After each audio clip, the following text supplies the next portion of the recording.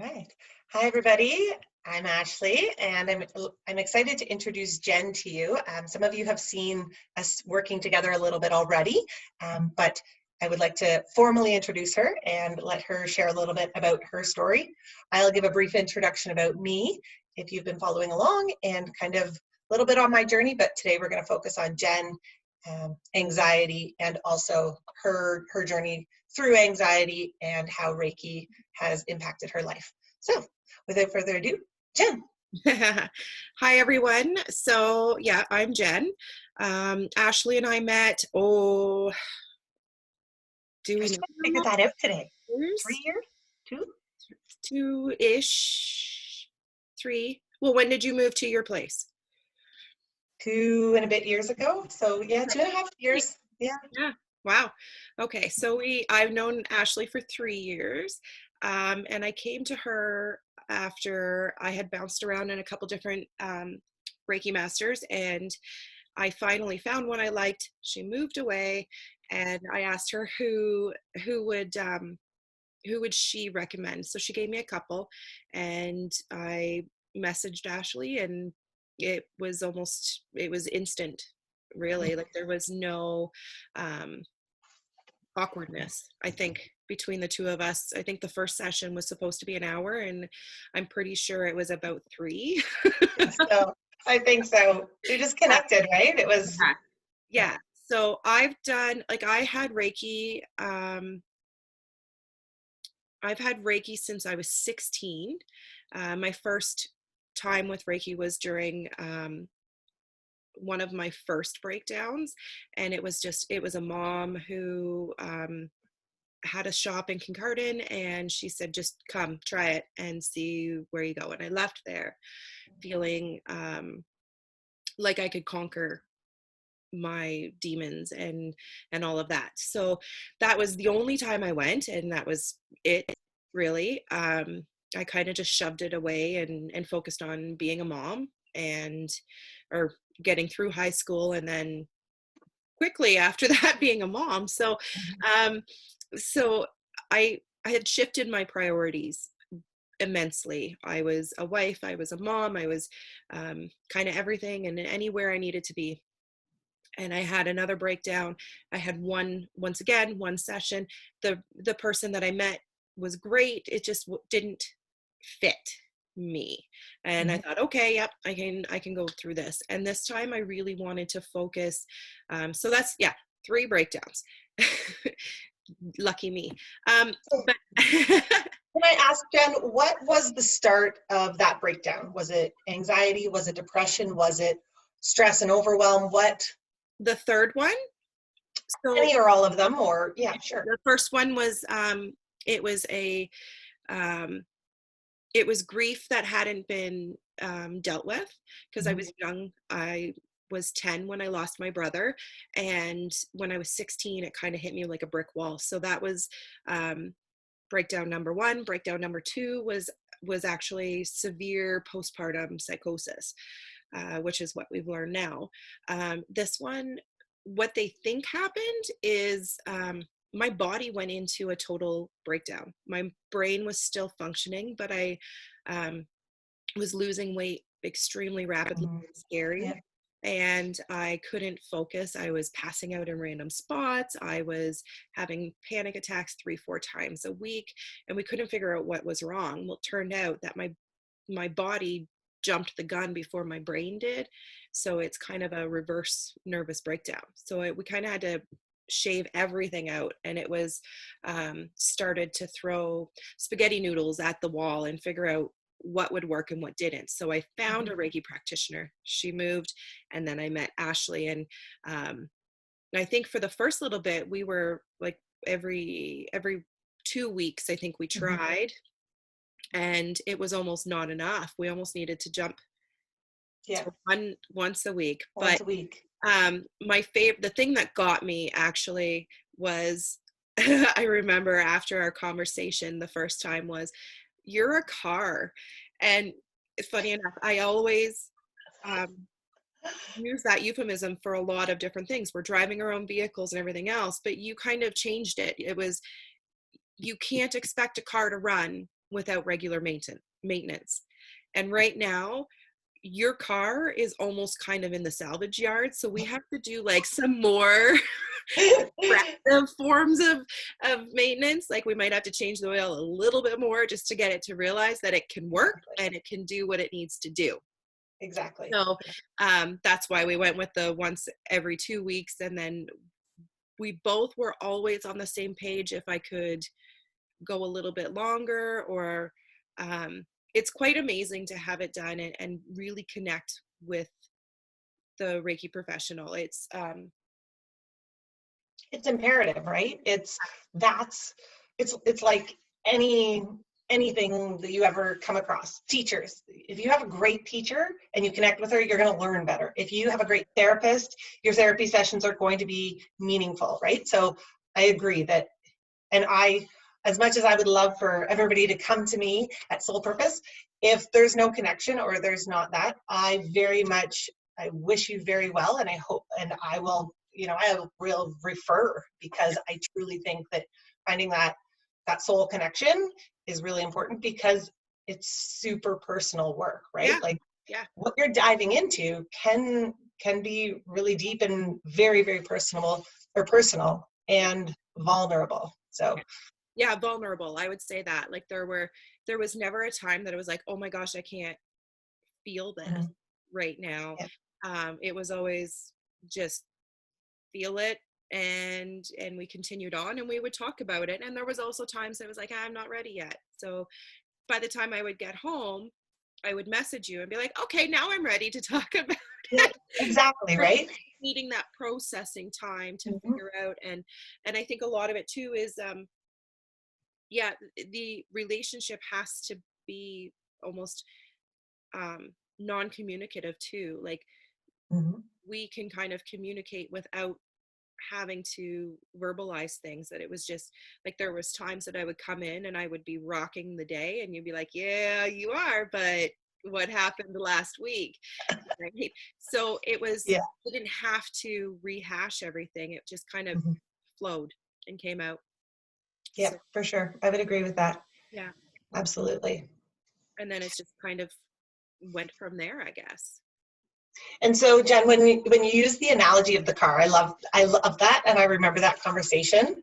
It just kind of came up in that moment that Yeah. it's you came and it was, yeah, like we need to overhaul your car, Oh yeah, right? the doors were falling off, the mirrors were held with duct tape, right? Yeah. And now you're at a point where you're putting your own gas in your own car, and you come for a tune-up because you're a smart lady, right? And you're just like, you know what? I got to take care of my car. My car is what gets me places. My car drives me around. It keeps me inside. And Yeah, so it's really amazing to see in 2.5 years that you came to me in shambles, yeah, right? You were like, you told me that your husband was literally holding onto your back to ground you, yeah, and you had no idea why, but he just had to do it. yeah. And so that woman who came to me Was a so broken, yeah. right? You felt broken, and now to see you just like kicking ass, I'm so like, ah. Not kicking ass all the time. There's still moments, right? But Well, you're human. We are all. exactly. And I think a lot of it is understanding where those boundaries are and where the levees are. Like you have your car does go on empty. So Mhm, you need to put fuel in it. mhm, In order to do that, you need to assess and reassess and figure out what needs to, like, are you burning through more fuel? Do you need, new tires? Do you need something, right?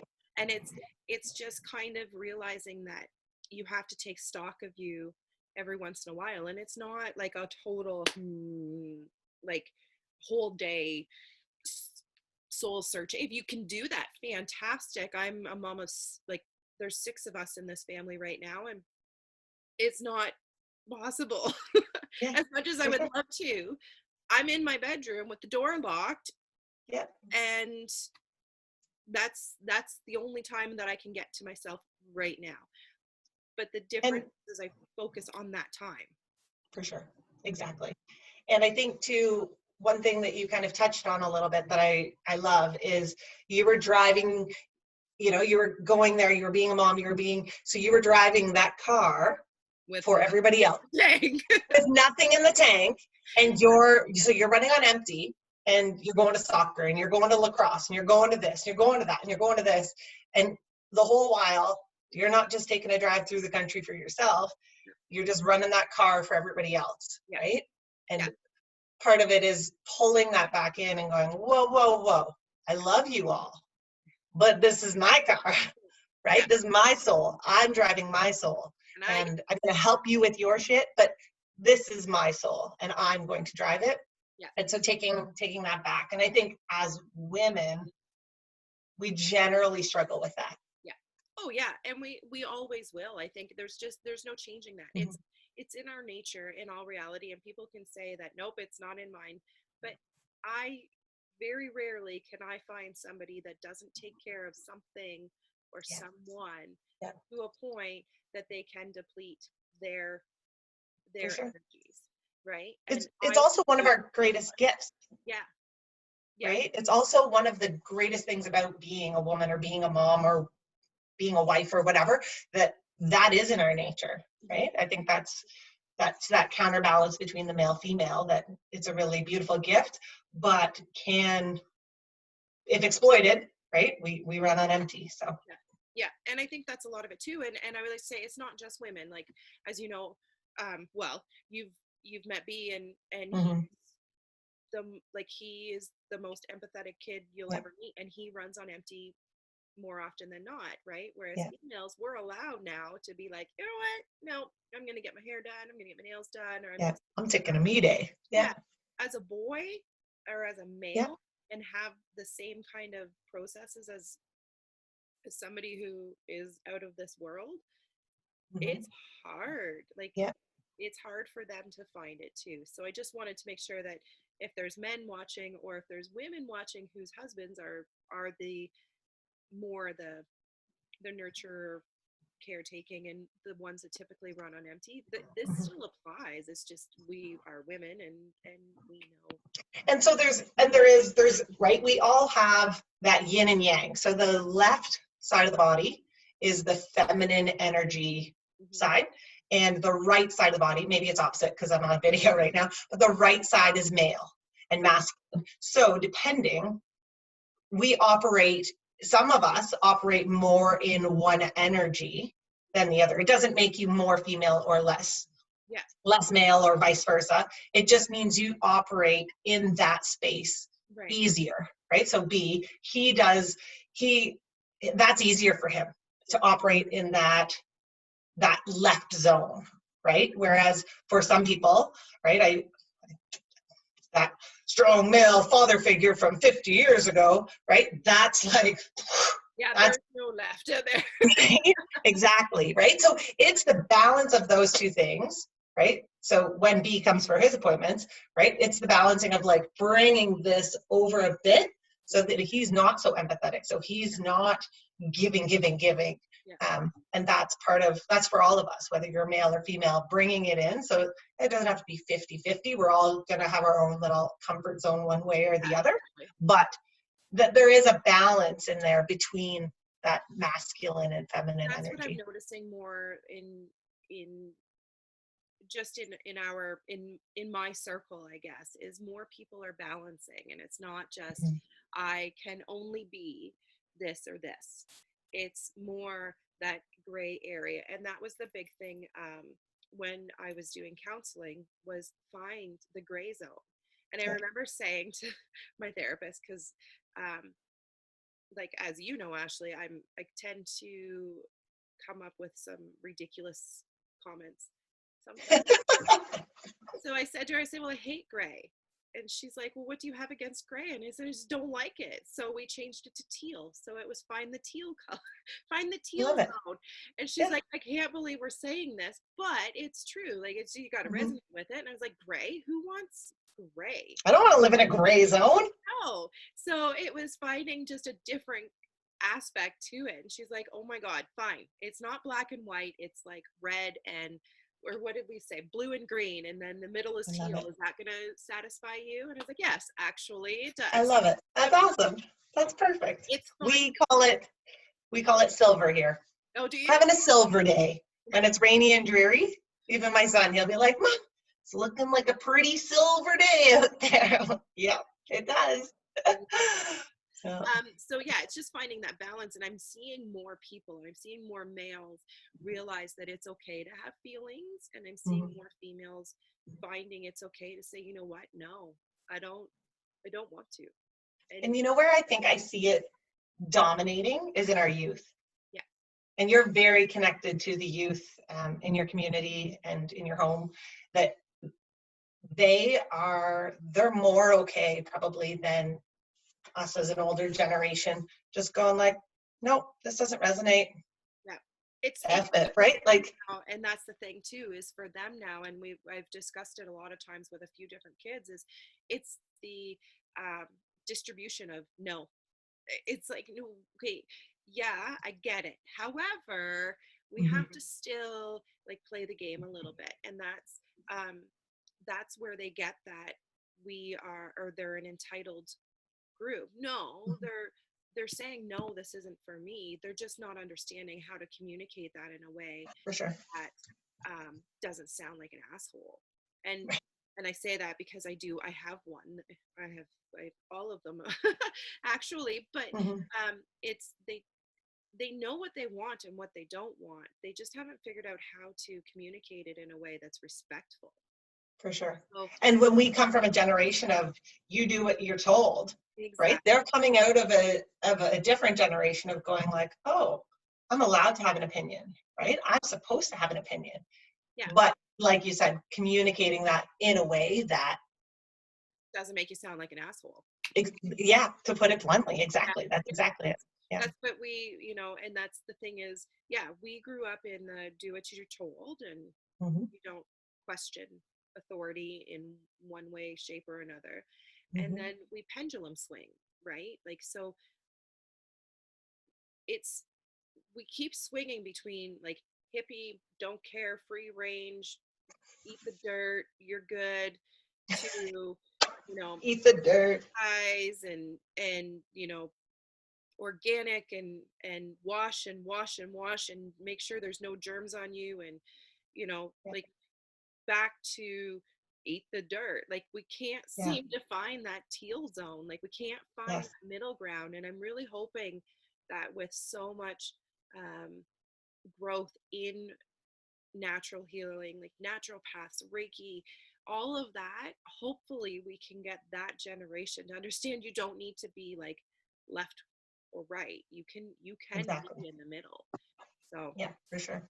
yeah, and Absolutely. I know like that's how my kids liken it when they come to you, is they come back to a middle, right? Hmm. It's not, you don't leave thinking that you're going to, well, okay, I leave thinking that, okay, yeah, I can do this, but we do a lot of work, um, and we're both working at the same time. And I Yeah. don't know if most of your clients are doing that, but I know there's times that both you and I are like, I don't know what happened here, but I'm pretty sure it's a lot bigger than us. Yeah. So is it a message for you or is it a message for me? Like, there's been plenty of times that it's There kind we of go. both ways. What Yeah. is this? Yeah. And both of us are like, I Well, guess we or, wait and yeah, see. wasn't it the it was an owl or something, a night owl or something, and we still never figured out what that was. But then there was also when one of your boys was sick and in the hospital. Ladybugs. Ladybugs. Yeah. Was it you? Did you have a dream about ladybugs? It was on the table. I was on the table, and it was like something about night owl and it's okay bug. It's okay bug. And Yeah. then you were in a ladybug room. Yep. Something, At the yeah. hospital in Yeah. London. So, Hmm. and that's the amazing thing when you connect with your Reiki person, master Yeah. person. Yeah. Well, depending. You don't have to be a master to do Reiki, but Um, yeah. that's the kind of stuff that can happen. Hmm. And sometimes you can just leave knowing that you left the weight with you. right now. And that's what I want to talk too about, is so when I leave my piles of shit in that beautiful bunkie, how do you get, like, how can you cope, and how do you make sure that it doesn't continue on? Because I'm sure people wonder about that. Yeah, for sure. So what I do before and after every client is I clear the room. Like I do my symbols, I smudge, I clear it out. And then I charge the room so that it's charging like you would your phone before a client comes. I know it sounds maybe a little bit odd, but whatever. So that's what so I clear all the shit when everybody leaves. Like, so when your treatment's over, I like clear the room, Get the back and out. then it's good. And then before my next client, when I'm setting up, I clear it again, and then I charge the room. And as for me, it's kind of funny because everybody asks, like, well, how are you not taking this on? Like, I feel so bad that I'm unloading this onto you. And I honestly, I don't get a single bit of it, because the energy too that you're getting, that I'm channeling, it's not mine. Yeah. Right? It's coming from whatever you choose to call it. Some call it source, some call it God, some call it universe, whatever, your higher self. That energy is just being channeled through me. You're not getting, if I didn't sleep well last night, that's not transferring through to you. If I'm feeling like that's not transferring through, that energy isn't mine. And in the same way, the energy that you're leaving here, I don't connect to it. Some practitioners do, and will do like protection measures and everything, but yeah, I don't believe I have to do that. So I just know that my people are here, they're taking care of me, and that energy doesn't show up. There is the odd time if somebody's in a really difficult spot or we're very connected, um, I might get a headache throughout the day, and after their treatment, I'll be like, did you have a headache today? Because I don't get a ton of headaches. And they're like, yes, but it's gone. I'm like, oh, well, and I don't have it at that point either. But there's sometimes prior to an appointment that I'm like, oh, why does my shoulder feel so weak? I'm like, oh, maybe it's my client. And sometimes it is, and sometimes it isn't. But yeah, there's those odd little things that pop up. Right. But as a whole, that energy isn't, I don't take it on. Many clients, and you can attest to this, you kind of feel a bit like a wet noodle after. You're just kind of like, oh, I'm so tired. I feel so good and loopy and tired. And I'm the opposite, because I'm not laying down getting a Reiki treatment, but that energy is still transferring through me. So after, I'm like, let's go. So I try not to book Reiki treatments too far into the night, just because I have to like come down a bit, because I find that I'm a bit wired, just because that energy is coming through me. So yeah. Now the other thing I remember, I think it was the first time when you said, do you want to talk about it after? So that's, if you've never been with Ashley, that's typically what happens. She'll do the treatment, and then it's okay, do you want to know what came up? Do you not? Like, how, like, it's kind of that, you then are The debrief. car, right? Like, so while I'm on the table, Ashley's got my car and she's driving it around, she's filling it up, she's doing what she needs to do, but then she gives the car back to me, and we decide if I want to know what damages incurred while she was driving. No, my car's just fixed and I want to leave the lot, or do you really want to know like the breakdown on your invoice here of like, you got this, you got this, you got this, you got this. Yeah, it's all fixed now, but here's what you showed up with. Yeah, so be prepared. But when they talk about it, so that was when that was asked, I remember my son saying, well, I didn't want it back, so it just needed to stay over there. And that doesn't typically happen. Like, it's just talking, because you've removed it, and it's like it's gone. But he felt it leave, and he was like, oh my gosh, if I put energy to it, am I going to pull it back, right? So it was, Yeah. you and I, after when he said, no, I don't want to talk about it, we both kind of looked at each other like, okay, Yeah. all right.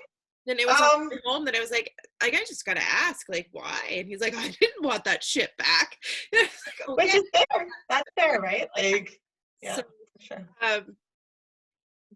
that's the big thing too, is realizing that you are in charge of what comes in, but at the same time, sometimes like it's sneaky. Like you can do everything, and that's why you need to have tune-ups once in a while, because you can still do everything. You can meditate every damn day, and you can say no every damn day, and you can say, you know, you can do all of the right things.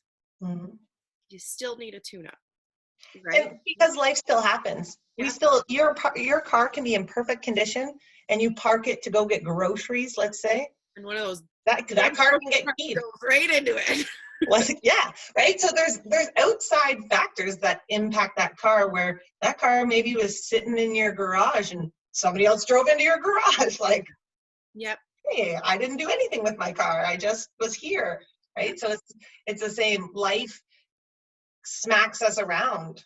Yeah. So sometimes, yeah, regardless of how good you are to your soul or your body, that car, that soul, we still have to, we have to take care of it, especially when those things happen that you're not expecting. Yeah. So. Yeah. And I think that's the biggest thing, is for me, it was understanding that um, I needed to make the time, and I needed to do the work, and I needed to have somebody um, like you, Ashley, to hold my hand through it, because some Mhm. of it was pretty um, heavy and Mhm. scary and messy. And like there were sessions that were, one minute we're laughing and the next minute we're both trying to hold back tears, and the Mhm. next minute, like it is crazy. And um, finding somebody um, who you connect with, that's the biggest thing for Mhm. Reiki. And like I've seen a few, and they're not bad people. They there was no connection. I didn't Mhm. feel um the warmth, and I didn't feel the cold, right? Because it's been Mhm. kind of both. But Yeah. um it's finding the right person and Mhm. not giving up. And some people just can't do it, and that's okay too. Like it's if you can't be all in, then it typically doesn't work, I find anyways. Like if I go in and be like, no, I'm not feeling it today, we're both kind of wasting, like I'm wasting everybody's time, my time and your time, if I'm like, no, I don't actually want anybody in this today. um then no, you won't get the results that you're Yes, expecting. for sure. This thing I always tell people to go to sleep. Yeah, and there's people who, many people fall asleep. They're like, I'm so sorry. I'm like, this stuff works whether you're awake or not. Way easy. That's what I was told when I was younger, was it was way easier to do it when I was sleeping, because I wasn't fighting anything. Mhm. So if you are questioning anything, or like, yeah, whatever, this is not going to work, and you fall asleep on that table, then the person can do their job without having to combat. Your blockages, Yeah. your walls of Yeah. like, this isn't gonna work. I'm not Yeah. doing this. Yeah. And I think that's the huge thing, is that's what I tell everybody. Just go in and like go in tired, go in and just crash and just Mhm. breathe. And they're like, well, I'm never going to wake up. But every single time at the very end, I'm like, oh, we're getting close, because I'm energized, right? And I'm like, Mhm. okay, my eyes are open and I'm staring at the floor and I'm looking at the knots and, connecting the Yep. dots. And that's when you know you're done, right? When you start to get to that itchy spot of like, okay, Yeah. okay. Yeah. Yeah. So, and I think that's a lot of misconceptions, is everybody thinks that it's just all, voodoo and lights and And there's not a ton of that here. voodoo. But That's what yeah, I was told. the preconception, Yeah. yeah, I've had people who have asked me if I'm a witch. Yeah. I'm like, oh, nope, nope. Maybe. No, Maybe you'll have to come find out. exactly. But you're not going to wear the hat. No. No, my broom's for sweeping the floor. I'd be a white witch, I think. If I had to pick, I think I'd wear a white hat. No. Oh, Good. No, I can't remember the name of the Good Witch. My aunt would know it. Madame Blanche? Glenda. Glenda the Oh, Good Witch from Wizard of Oz. oh, Yeah, there you go. You there can we call me Glenda. go. No, that's terrible. Uh, So yeah, anyways, back on topic. yeah, bringing it back So around. 3 years, and now I'm at a tune-up. Mhm. I call and say, oh, well, I don't call it a tune-up. We call it the spiritual enema, but we need to get clean out. Yeah. Because that's where I'm at right now, is Mhm. just good flush, Yeah. flush of the fluids, and away we go. But now I'm in control.